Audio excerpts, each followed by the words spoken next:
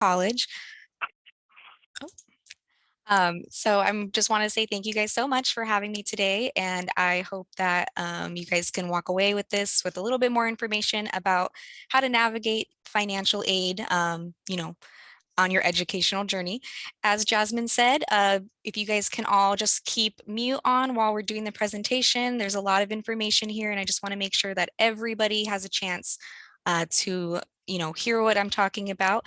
I have a few slides here that have a couple QR codes to some of the websites that I'm going to be talking about. So if you want to use those, you can have your phones ready. You guys can feel free to take snapshots of any of the screens or slides that I'm presenting and for your references later.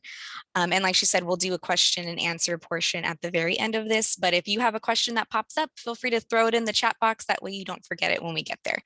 So I'm going to go ahead and just share my screen really quickly. Can everybody see my screen? If you can give me like a thumbs up or something, that way I know you guys can see it. Perfect. Thank you guys. Oops. Okay, so like I said, my name is Brianna and I'm here at Norco College. We're part of the RCCD Community College District, and this is just going to be a presentation on how to navigate financial aid. So this screen here is just going to be a quick summary of the things that we're going to be able to go over. So I want to talk about a couple mistakes that some students can make while doing their financial aid, what financial aid is and where it comes from, how to apply for financial aid and what types of financial aid students can apply for. I want to also talk about how dependency status is determined on these applications. And I have some tips for both the FAFSA and the DREAM Act applications. We'll also be going over the Cal Grants and CSAC websites. And then I also want to briefly touch on SAP, which is Student Academic Progress or Satisfactory Academic Progress, and what that is and how to maintain it throughout your educational journey. And then we'll slightly go over some of the process here we have for financial aid at Norco College. And then we'll jump into those questions and answers. So to begin, there's a few mistakes that students can often make. Ooh. Really quickly, just want to remind everybody if we can just stay muted, that way everybody can hear me throughout the presentation. But these are the three most common mistakes that students can make while doing their financial aid or through their financial aid process. So the first one is just not applying for financial aid in the first place. We have a lot of students that sometimes believe that they might not qualify for financial aid, and then they decide that they're not even going to, go ahead and apply, which can be a really big mistake. So that's why we always encourage students to fill out the application, even if they think that they might not qualify, whether it's just based on their GPAs or parent information. We always want to encourage students to fill out the application. Another mistake that students can make during the financial aid process is procrastination. So there are certain types of financial aid that can go more off of limited funding, so more of like a first come, first served kind of basis. And so we want to make sure that students are applying early in the year so they can meet those deadlines and have the most chance of receiving as much financial aid as possible. And another mistake students can often make is not applying for scholarships. We really want to encourage students to make sure they're taking the time to fill out those scholarships and apply for them. And we'll go over a little bit more scholarship information later on in the presentation. So to start off, what is financial aid? So financial aid is intended to help students pay for educational related expenses such as their books, room and board, fees, transportation and supplies. And there are four major sources that financial aid can come from. So we have financial aid that would come from the federal government. And so this is going to be like your federal grants and your direct loans. And so this is financial aid that students can apply for when they fill out a FAFSA application. We also have financial aid that comes from the state. So like the state of California, that is financial aid that students can apply for through both the FAFSA and the DREAM Act applications. And that is going to consist of the Cal grants, the California College Promise Grant, which is what we used to call the BOG waiver. So if we have any parents in here, that might sound a little bit more familiar to you because they've just recently changed the name a few years ago, but it does the exact same thing. It will cover the cost of student tuition at community colleges. And then we also have financial aid that would come from the college or university, such as scholarships or other gift assistance that that specific college would offer. And then we have our private entities. So those are going to be our like our scholarships that would come from churches, community organizations, or employers in the community. And so those four different types of financial aid, or those sources of financial aid, will, oh, let me mute that first, thank you, will come from two different types of financial aid. So we have gift aid, which we would consider free money for students. And then we have what we would call self-help aid, which is not free money. So under the free money section here, we will have our grants. So that is grants that would come from both federal and state resources. And these are gift aid that does not have to be paid back.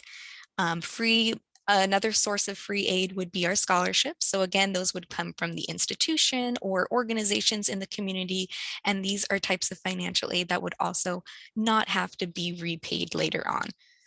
And then we have what we would call more like our self-help aid. So financial aid that is not free, that students would either have to pay back later, such as student loans, or we also have our federal work study, which is not money that students would have to pay back, but it is money that students are working for. So federal work study would be where students are working on campus and they're earning a paycheck through their financial aid, but we'll touch more on that in a little later.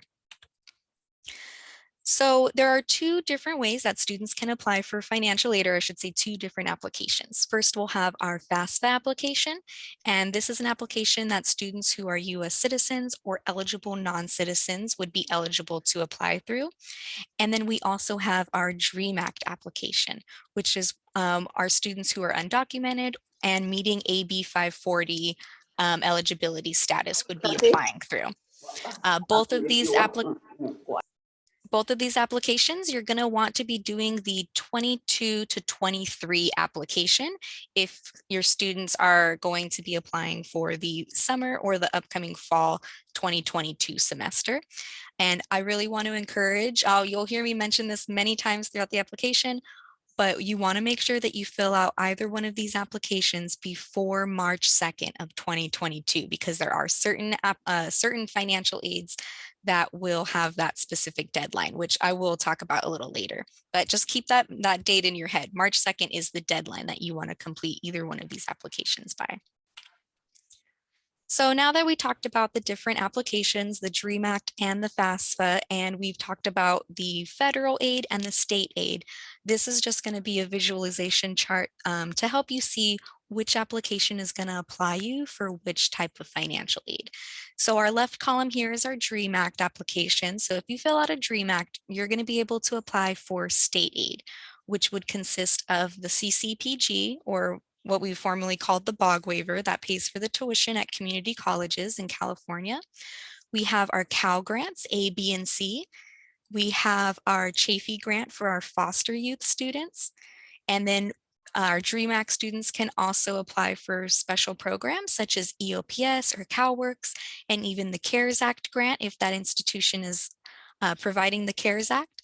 And then we also have the scholarships. For our students that are completing a FAFSA application, you are able to apply for all of that state aid that I just mentioned, but you'll also be able to apply for the federal aid, which would consist of the Pell Grant, the federal SEOG grant, and as well as those federal direct loans. So I also wanted to touch base on the dependency status, because I feel like this is a section where a lot of students kind of get stuck or have questions about. So both applications will have these dependency questions on them while you're filling them out.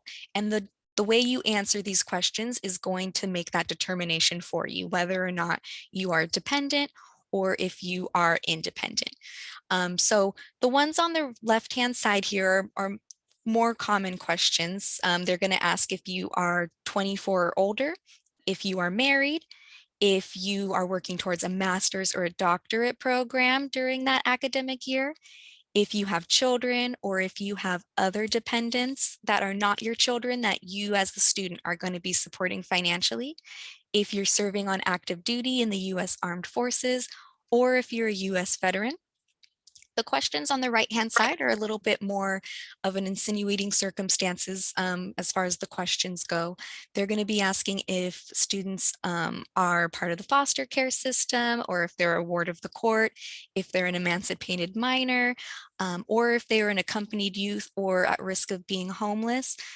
Um, and so these are the questions, again, that make that determination on your dependency status. If you can say yes to any of these questions that are on this slide, then FAFSA or DREAM Act will consider you independent, meaning only your information is going to be required on that application. But if you cannot say yes to any of these questions, then the application will consider you a dependent student, meaning you would have to provide parent information on the application. Even if you are not living with parents, even if parents live in another country, again, if you can't say yes to any of those questions, you'll be considered dependent.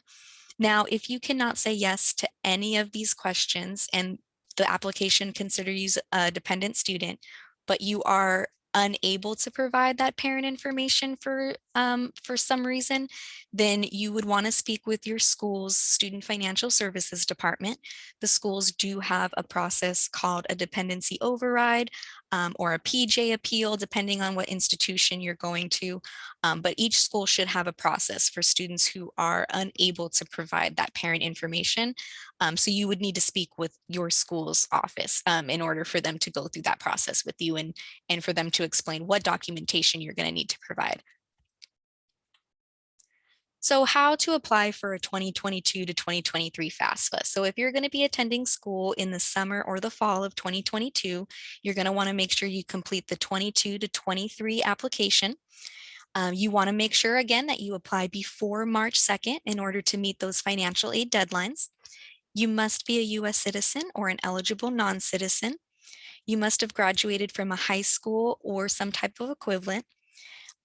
Our school code is listed here if you're thinking of coming to Norco in the upcoming summer or fall, but FAFSA will have an option for you to add a school by searching it through their school code or just by searching it through their name, and you will have the option to list up to 10 schools on your application.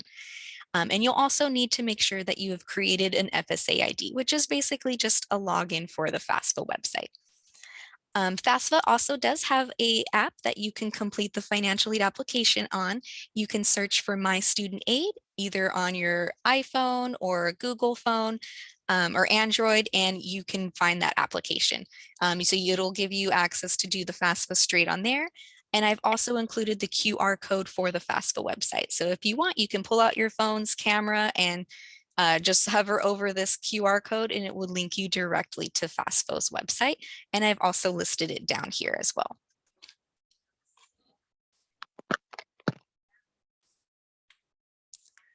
So what do you need to complete a FAFSA application? So like I mentioned before, you're going to need a login, which they refer to as an FSA ID, and you're going to need that for the student as well as for parents if the student is a dependent student. You're also going to want to make sure that you have your 2020 taxes and W-2s for student and parents if they filed. And you'll also need parents' information, such as their name, birthday, and social security number if they're a dependent student. I've also included some little screenshots of what the 2020 taxes would look like, as well as the W-2s. Just keep in mind that the 1040s will have 2 pages, so you'll want to make sure you have both of those pages. And I would recommend, if you have access to it, to just have your full tax filing folder with you available. The FAFSA will also ask you for any schedules that parents or student might have filed. Usually those are located directly behind the 1040s. So it's a good idea to have your whole packet. You'll also want to make sure that you have the W-2s handy, because if a if parents have filed jointly, the 1040s will actually combine the income, but FAFSA and DREAM Act are both going to want you to separate the parent income to show how much parent one made and how much parent two made. And the way you can do that is with those W-2s. Just because I saw the question, yes, so if parents are remarried, it is going to ask for parents' marital status when you're typing in that parent information. And one of the choices is that parent is married or remarried. So if they are remarried, you'll also want to include step parents information on the FAFSA application if it's asking. So parents who have a social security number will also be able to create an FSA ID login. This will let them sign the FAFSA electronically at the very end of the application, and it will also allow parents to use the data retrieval tool, which we will talk about in a couple slides. I wanted to go over what students would need to do if parents do not have a social security number. So just a couple tips on how to fill out the application if this would apply to you. You want to make sure that you still have parents' information, such as their name and their birthday, but when it asks for the social, you want to make sure that you input all zeros in place of the social security number. You do not want to use the ITIN number that parents use to file taxes because the FAFSA will reject your application and it just can cause delays in in your financial aid process. So just make sure you list all zeros in place of the social security number. Now, if parents do not have a social security number, they will not be able to create that FSA ID login that I just previously mentioned. So they won't be able to electronically sign the FAFSA. But what they can do is they can do a parent signature page. So this is kind of what the FAFSA application is going to look like when you get to the end of it, when it's asking for those signatures. So students should be able to sign it electronically because they should have logged in with their FSA ID at the beginning. And when it comes to parent, once you click on this provide parent signature, it's going to open up a new window and it's going to ask the parent to log in, but it will also give you options for other signature options. And you can click on that and it will give you a button for that parent signature page. So you can click on that button, print out the parent signature page, have either parent sign it, and then you would mail it off to FAFSA, and they do provide you with the address that you are going to be mailing it to. So just keep in mind that the address you're going to be mailing it to is a PO box. So you just want to make sure you're not doing anything fancy when you're mailing it over to them, nothing that's going to require a signature. So that way it's not getting delayed when you send over that signature page. Once FAFSA does receive the signature page, they will email you to let you know that it's been processed, and that's when they will be able to send off the application to the schools that you listed on your FAFSA. Parents not having a social security number will also prevent them from using the data retrieval tool, which is okay. You can just follow the instructions on the FAFSA. They will tell you exactly which lines to take the tax information from. That way you can import it manually. So I mentioned it a couple times, but what is the data retrieval tool? So the data retrieval tool is a process that's going to help you simplify inputting all of that tax information on the FAFSA. What it does is it links that information directly from the IRS. So that helps the schools verify that the tax information is accurate. It also helps you as the student and the parent reduce any incorrections that you might have inputted on the FAFSA for the taxes.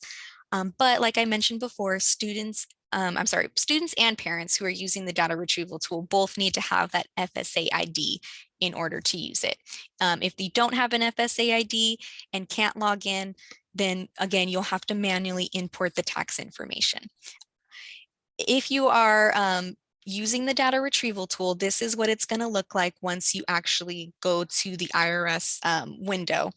You're going to have to make sure that your name, your social, the date of birth for the tax filer is all accurate. And then it's going to ask you to type in the address. You need to type in the address for the exact tax year that the application is requesting, and you have to type it in exactly the way that it is presented on the 1040, or else it will not match and it will not allow you to link. So if we go back here, this is a copy of a 1040 for 2020. The name of the tax filer will be up here. You'll see the address listed in here, the apartment number, as well as the city, the state, and the zip code. So you just want to make sure that you're typing it in exactly the way it's spelled on that tax form. If there are any punctuation mistakes, if there's any spelling mistakes, you have to make sure you do that exact same spelling and punctuation in this IRS data retrieval tool for it to match. So just make sure that you do have those tax documents available when you're using the data retrieval tool. That way you know you're typing in that information accurately. If for any reason it's not matching the taxes, it will not allow you to link that information. If you're unable to use the data retrieval tool, or if for some reason you're unable to link that information on the taxes, then that's okay. Like I mentioned before, you'll just have to manually enter in the tax information, but the FAFSA does a really great job of telling you exactly which line you're going to be using from this 1040 to find that information. So they've really simplified it for us. So how is your financial aid determined? So FAFSA will use what they call an EFC. So the EFC stands for the expected or estimated family contribution. So how much the family or household is expected to pay towards that student's educational costs. And the EFC is a number that's calculated from FAFSA using the information that you've listed on the application.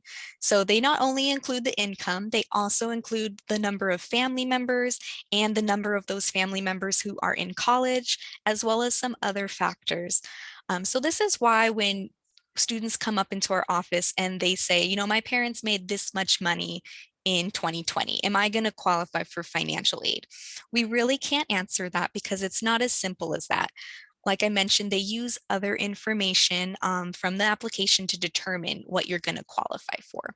An example I like to use for the EFC is me and a coworker both did our 21-22 FAFSAs, which used 2019 tax information. I made more money in 2019 than he did, but my EFC came out to 0, which means I had full financial need while his was a higher number, which made him less eligible for financial aid. And the reason that happened is because I have dependents.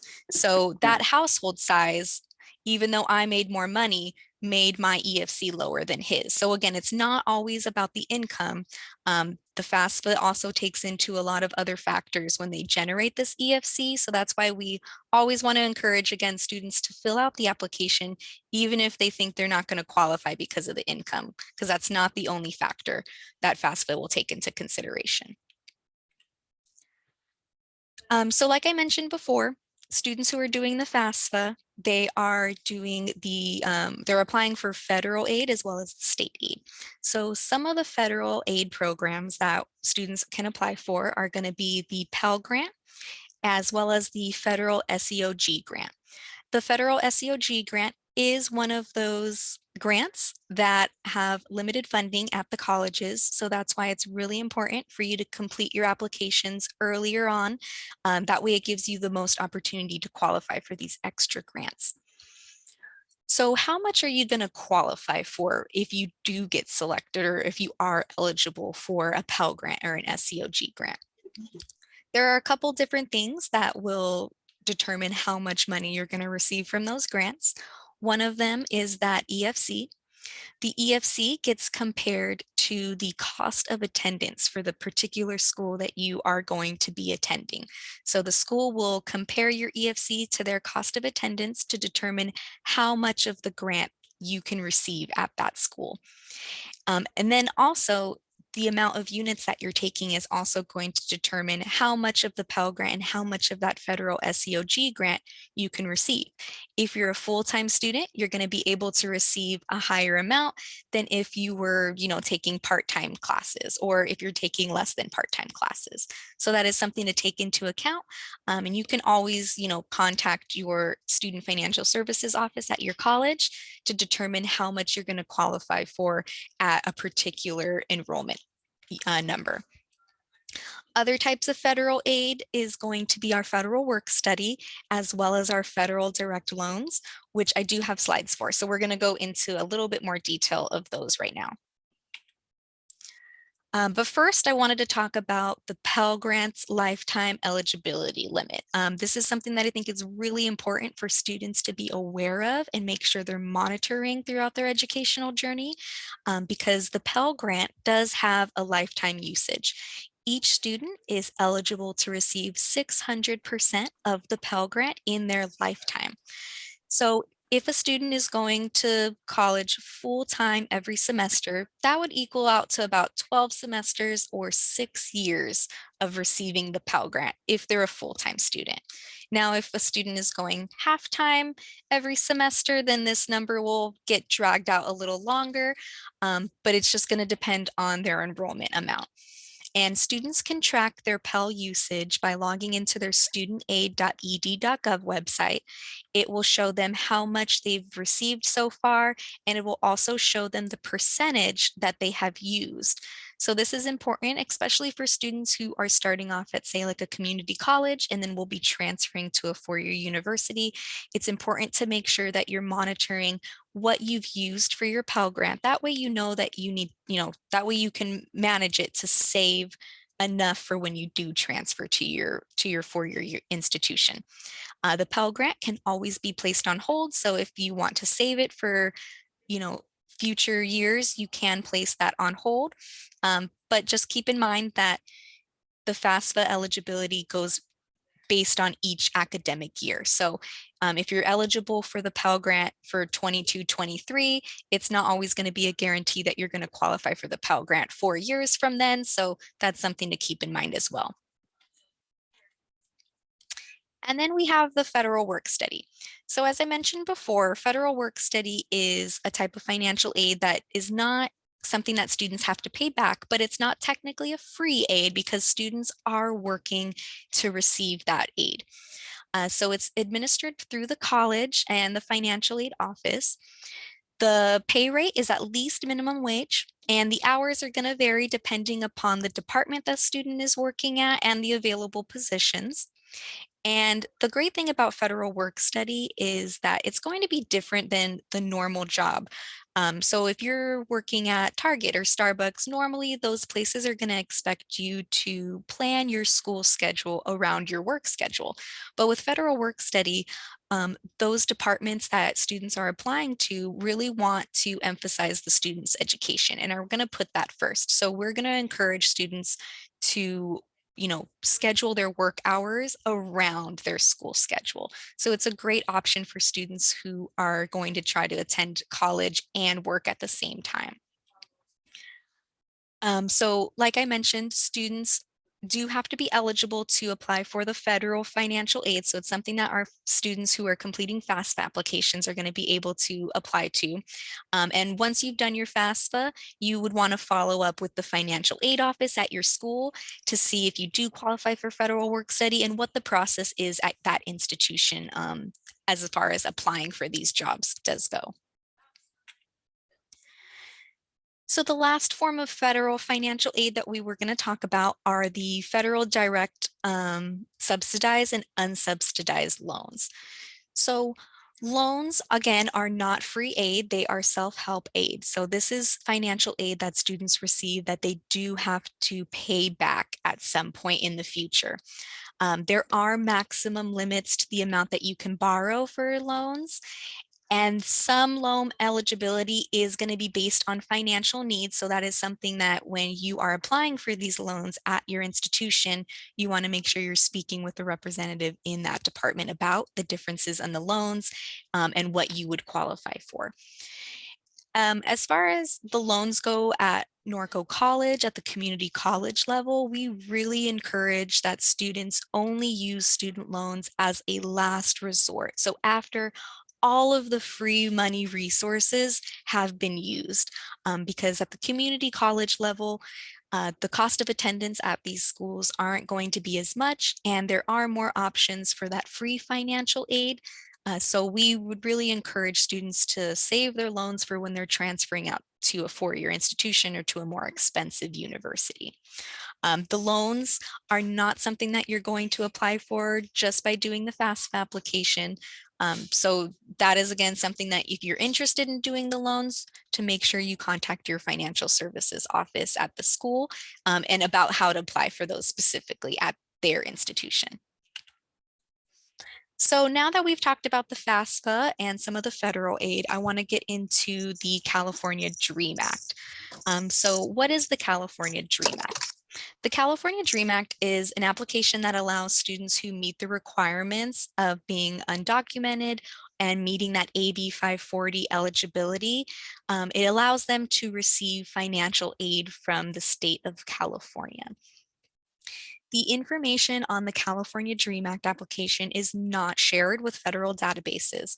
And students and parent information is protected by the same privacy and information security laws and safeguards, as well as all other state financial aid applicants.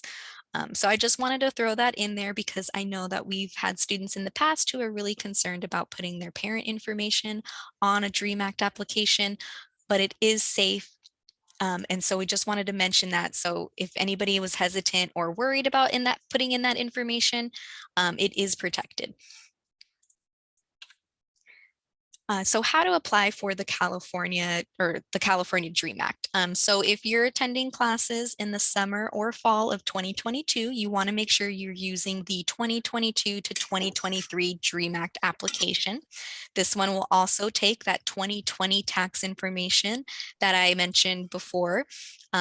This dependency questions that I mentioned previously also will be on this DREAM Act application, and the same rules will apply. You want to make sure you submit your DREAM Act before that March 2nd deadline, so that way you're applying for those Cal grants, which we will talk about in a later slide. You must be undocumented or a DACA student and be eligible for the AB 540 residency status. This is something that would be determined by the admissions and records department at your school. So you'll want to make sure that you speak with them to be sure that you are eligible for that AB 540 resident status. Students must also have completed high school or some type of equivalency. And I've also included Norco College's school code for the DREAM Act application. But the same as the FAFSA application, you can search for the schools by their federal school code, or you can search for them by name, and you will be able to list up to 10 schools on that application in case you haven't decided where you're going to be attending yet. I have also included the QR code for the DREAM Act website. So if you have your smartphone with you, you can hover over that. It'll take you directly to the DREAM Act. But I've also included the link for the name of the website here as well. So what type of financial aid are you applying for when you do the DREAM Act? So like I mentioned before, when you're doing a DREAM Act application, you would be able to apply for the state aid. So you're not applying for any of that federal aid that I mentioned before, but you are eligible to apply for financial aid that comes from the state of California. So that would include the Cal Grant Awards, as long as you're applying before that March 2nd deadline. Cal Grants have A, B, and C, and the differences between them will depend on what university or college that you are attending. The Cal Grant A is designated more for the four-year colleges, while a Cal Grant B can go towards both a four-year and a community college. The amount of a Cal Grant B would fluctuate depending on what institution you're going to. So if you're going to a community college, the Cal Grant B would be less money, as opposed to when you're going to a four-year, you would get more money from your Cal Grant at a more expensive school, because the Cal Grant B will go based off of the school's cost of attendance. And then the Cal Grant C is designated towards vocational degrees. So that was going to be more for the community colleges. So once you do your FAFSA or your DREAM Act application, as long as you're doing it before that March 2nd deadline, CSAC will take your application into account, and they would contact you directly if you were awarded. Students can also create an account on mygrantinfo.csac.ca.gov, and this is where you're going to be able to see your information for your Cal Grant. So if you are awarded a Cal Grant, or even if you haven't received a message saying that you were awarded, you can still create an account at this website to view your Cal Grant information. This is the QR code for the Web Grants for Students account here too. So if you want to go ahead and open that up, you can. Other types of state aid are going to be the Student Success Completion Grant. So this is a grant that kind of piggybacks off of that Cal Grant. So if you're receiving a Cal Grant and you're a full-time student, you could also receive that Student Success Completion Grant in addition to the Cal Grant. So if you're taking full-time units up to about 14 units, you can receive an extra $649. If you're taking 15 units or more during that semester, you can receive an extra $2,000. So this is another grant though that is more of a limited funding at the schools. So again, it's really important that you complete your applications early on so you have the most options to get awarded these extra grants. Another state aid, if you're attending a community college, would be the California College Promise Grant. So that is a tuition waiver. So students who are attending a community college, if you qualify for the CCPG, that would cover the cost of your tuition for all of your classes. And that would leave you only having to pay the student service fees for each term. We also have our Chafee grant for our foster youth. If you're completing a FAFSA or a DREAM Act and our foster youth, there is a separate application for the Chafee grant that you need to complete on the CSAC website. So just make sure that you are completing that as well. And then for students who will be attending CSUs or UCs, we have the middle class scholarship. Now, again, this is something that's only for the CSUs or the UCs. So at the community college level, I don't have a lot of information on that particular scholarship, but you can reach out to the Student Financial Services Department at your school if you have more questions about it, or you can also visit the Cal Grant website or the CSAC website, and there'll be more information on that as well.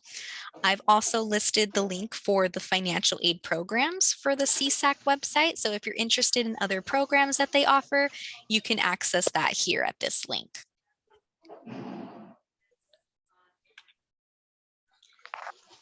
So I wanted to give you guys some more information on the eligibility requirements for the Cal Grants because they are a little different than just the federal aid when you're doing like a FAFSA application.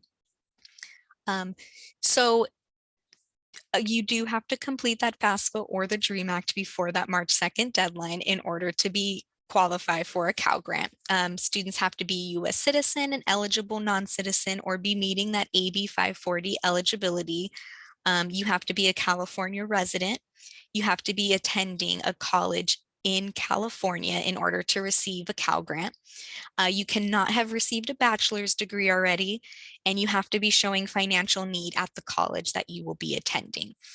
So there's some other information in here that students have to be meeting. You also have to make sure that your GPA has been verified through CSAC.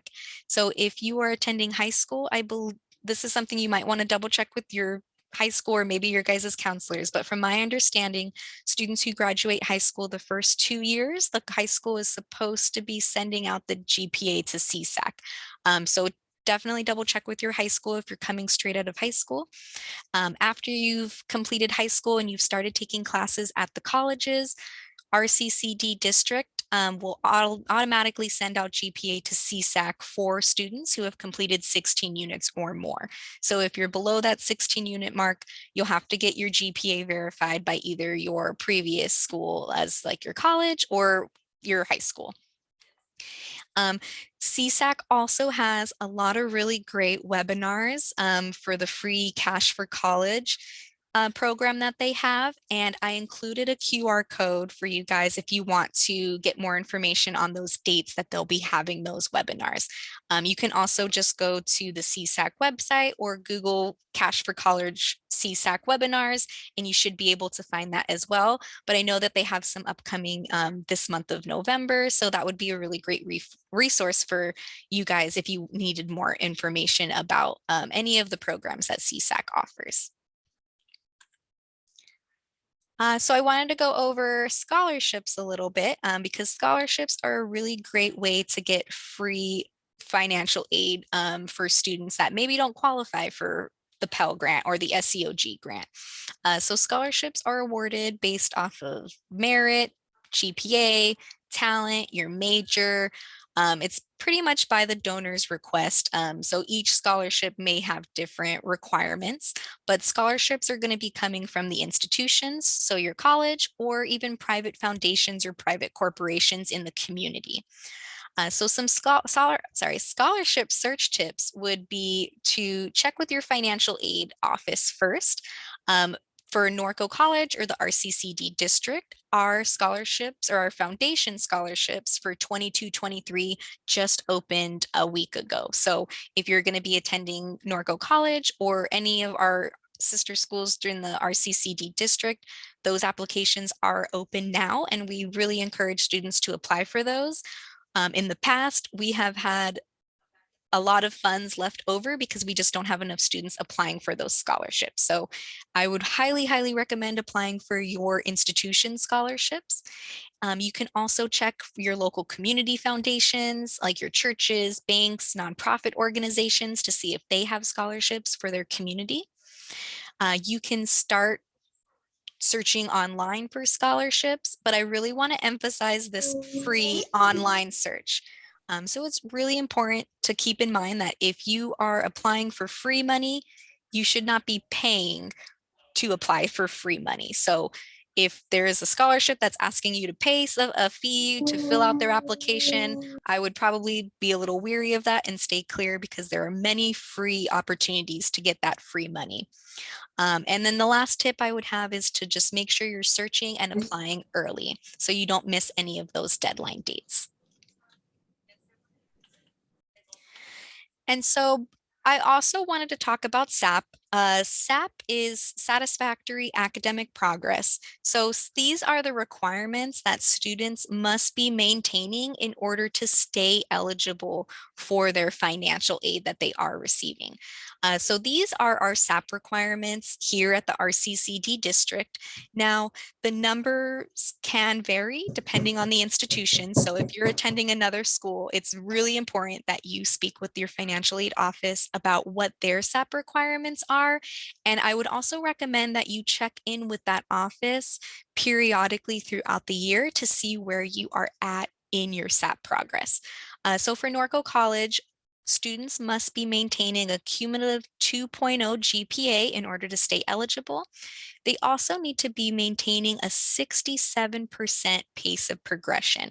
And what the pace of progression means is that students have to make sure that they are completing at least 67% of the classes that they are attempting or registering for in their lifetime at the college. If you fall below 67%, students can become ineligible for that financial aid that they were receiving. And then the last one is maximum time frame. So maximum time frame is going to be different at a community college as opposed to a four-year college, because maximum time frame gets determined by the particular major that a student is in. So students have up to 150% of their major as far as the units go before they would reach that max time frame and become ineligible. So at a community college, if a student is going for an associate's degree that requires 60 units to complete, they would reach maximum time frame at 90 units attempted.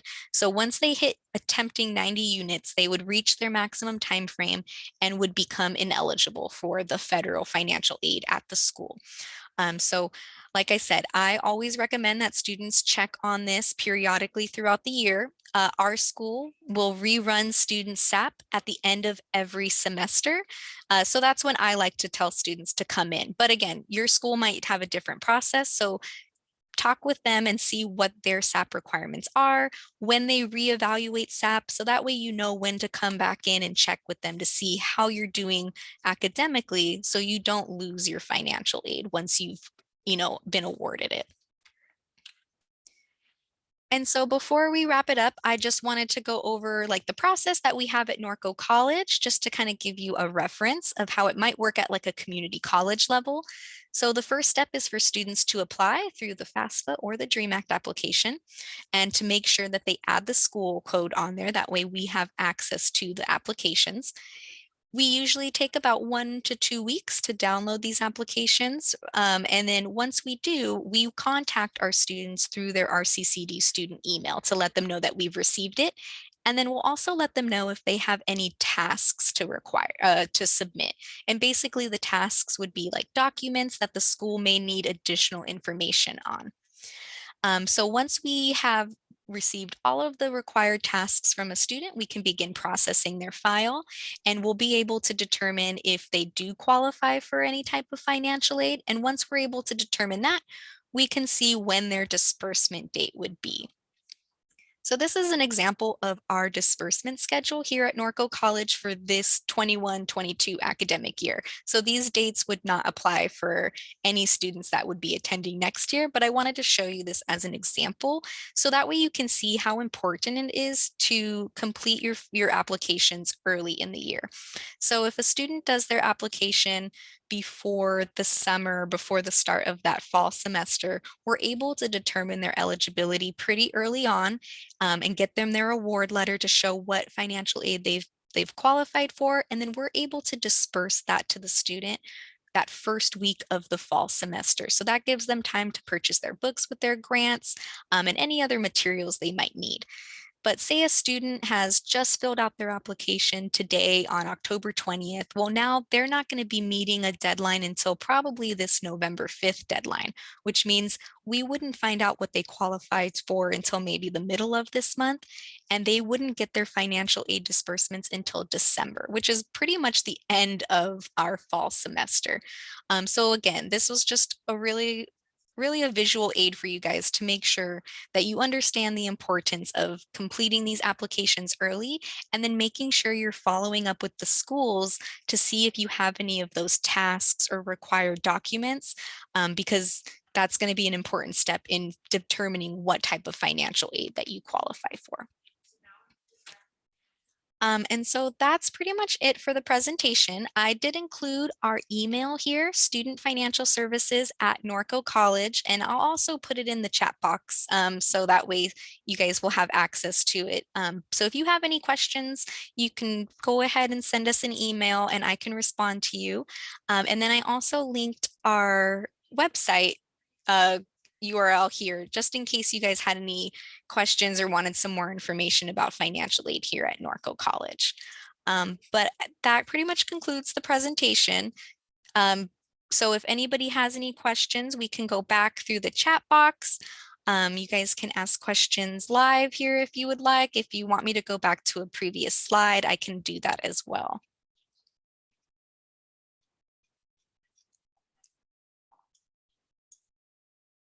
Let's see.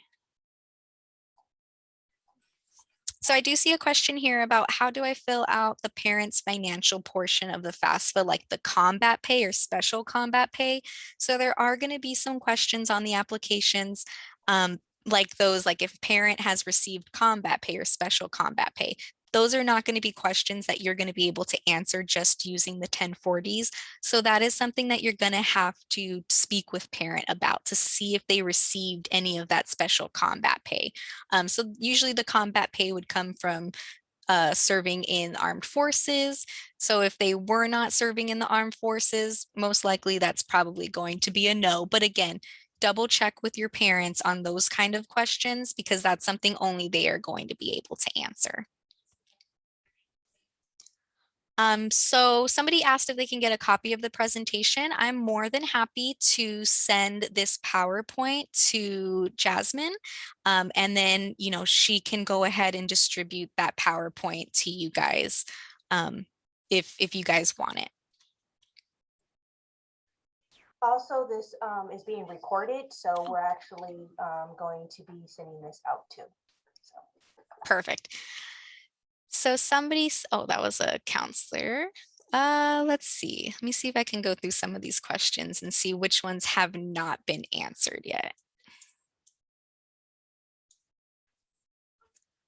It looks like a good amount of them have been answered. Yeah. Does anybody have a question that was not answered? You can retype it in the chat box, or you can unmute yourself and ask.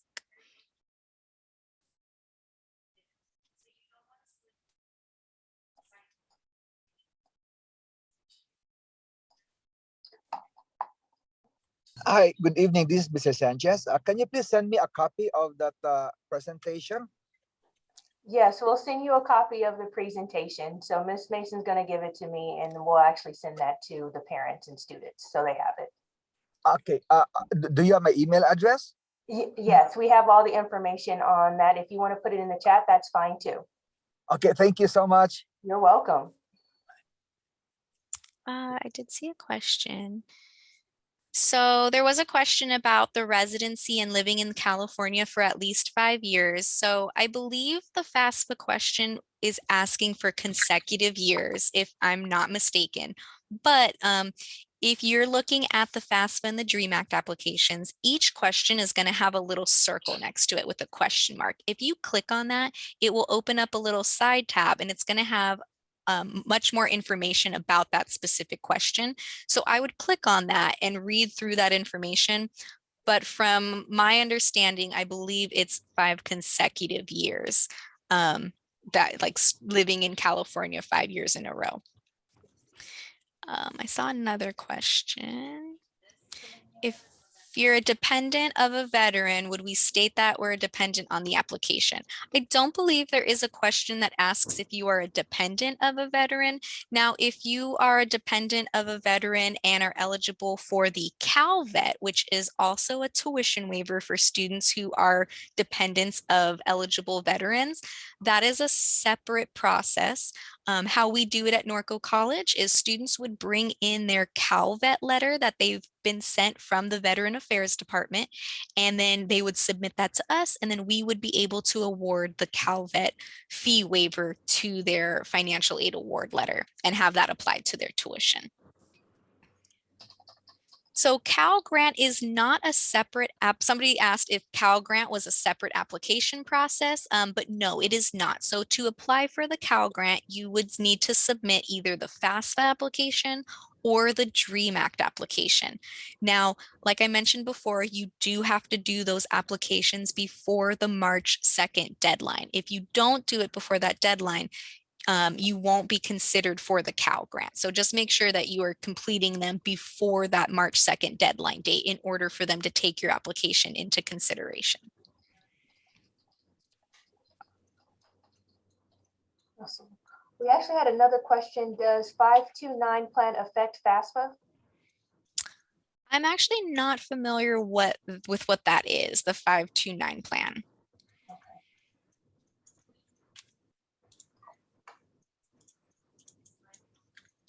Let me see. Yes. Now, for those who actually have RSVP'd and are actually on this Zoom or this presentation, please make sure you fill out this survey that I'm going to be entering here to make sure that your student has a chance to be entered into a $1,000 scholarship through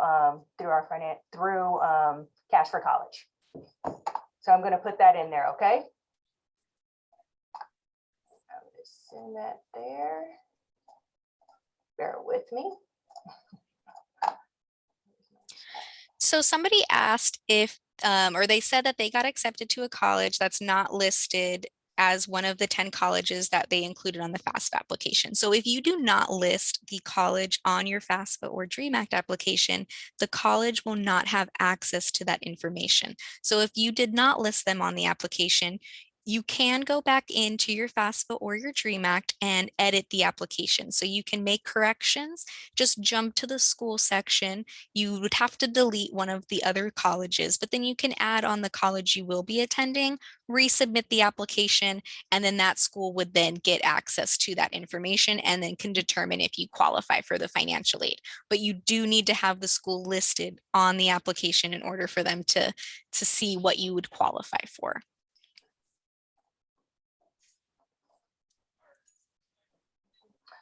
Also, too, as a reminder, I'm not sure if everyone saw this in the chat, but we are actually having what we call a Saturday Success. And this is where students can actually come in and work on their PIQs for UC's college applications, CSU applications, homework, anything like that.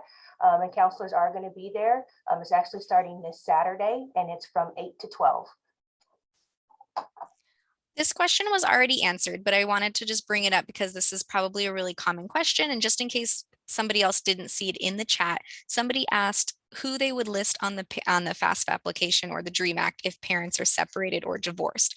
So you would want to list the parent who financially supports you the most. So if that's 50-50, then you can choose between the parents, but genuinely you would want to put whoever is supporting you financially 50% or more during the year. But that was a good question. And I just wanted to add, this is Mrs. Spencer, the 529 plan, it's a college saving account. So yes, FAFSA is going to ask you about those accounts and it will factor into your financial aid packages. Let's see, somebody asked about attending schools out of state. You would still want to do if you're eligible to do a FAFSA application, you can still fill out a FAFSA application because that's a federal student aid. So it can apply to schools outside of California, but you would not be able to apply for the state aid, unfortunately. But I would recommend speaking with the college that you will be attending to see if they offer, if that state offers different type of financial aid options. You get the matcha, I'll eat it. Why do I hear sirens? In your ear? So somebody asked if the 12 semesters of grant money are for undergraduate and graduate students. That's a good question, because the Pell Grant is something that you can only receive up until you've earned a bachelor's degree. So once you receive a bachelor's degree, you would not be able to receive the Pell Grant anymore.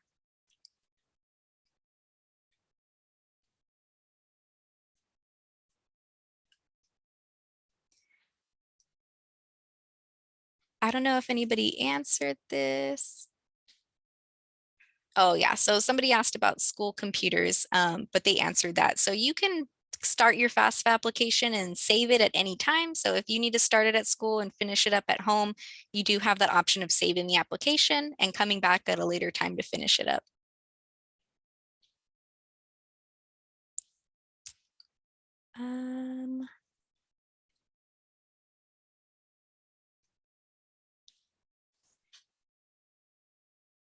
Yes, so you would want to wait to create that Web Grants for Student account after you've done your FAFSA or DREAM Act application. But once you've submitted that, you can go back in and create an account. Once I would say after that March 2nd deadline, because CSAC won't be processing that information until that deadline date. So after March 2nd, you can go in and create an account and view that information. If CSAC needs any information from you as a student, you would be completing it at that website.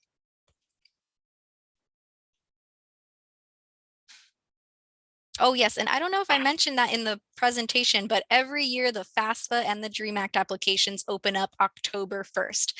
So if you can do it October 1st, then that is great. But as long as you complete it anytime between October and the end of February, you should be okay to meet that deadline of March 2nd. I saw somebody mention the first year of community college is free. So that is a separate program. So here at Norco, it's called the Promise Program, and that does have a separate application process. That information is on our website. And I know one of the requirements to be part of the Promise Program is students do have to complete the FAFSA application.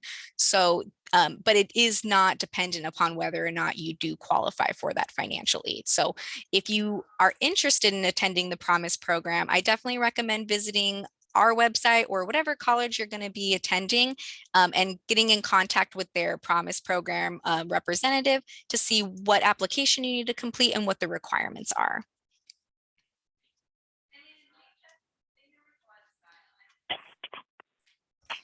So somebody asked, is it 1 year or 2 years?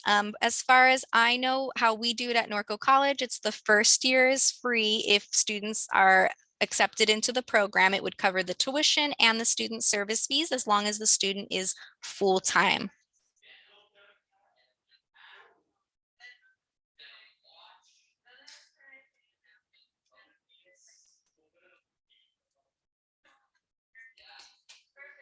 So somebody asked if a student completed community college units through JFK. So the dual enrollment or concurrent enrollment programs that we offer at Norco College, that is a separate program. So you would have to go through the admissions and records department. You wouldn't be able to receive financial aid if you're still technically in high school, because you do have to have that high school diploma or some type of equivalency.